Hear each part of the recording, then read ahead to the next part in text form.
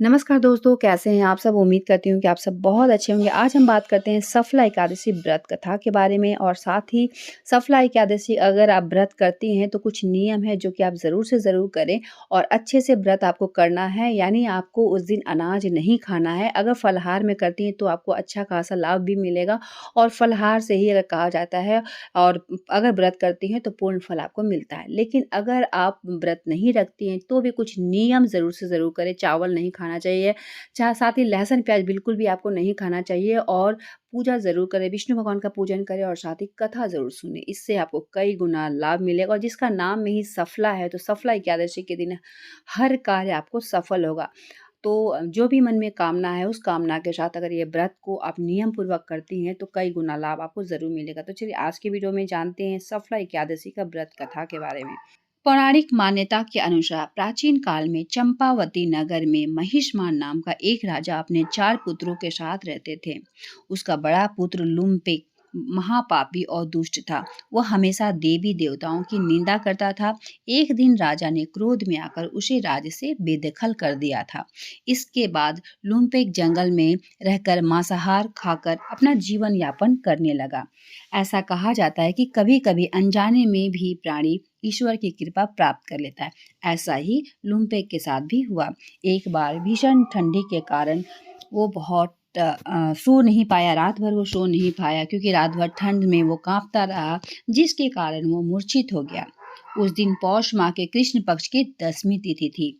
अगले दिन जब उसे होश आया तो अपने पाप कर्मों पर पछतावा हुआ और उसे जंगल में कुछ फल इकट्ठा किए और पीपल के पेड़ के पास रखकर भगवान विष्णु का स्मरण किया और पूरी रात भगवान विष्णु की आराधना में लिप्त हो गया।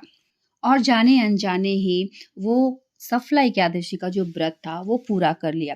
सफला एकादशी का व्रत रखने से भगवान विष्णु की कृपा उस पे बनी रही। भगवान विष्णु बहुत ज़्यादा खुश हो गए और जैसे ही वह पुनः राज्य में पिता के पास आकर रहने लगा, पिता ने सारी बात सुनकर पुत्र लुम्पेक की राज की जिम्मेवारी सौंप दी और जंगल में हरि भजन करने के लिए चले गए। लुम्पिक ने भी वृद्धावस्था तक शास्त्रानुसार राज्य किए और आखिर में वन जाकर भगवान विष्णु की पूजा किए और एकादशी व्रत का फल स्वरूप उसे मोक्ष की प्राप्ति हुई।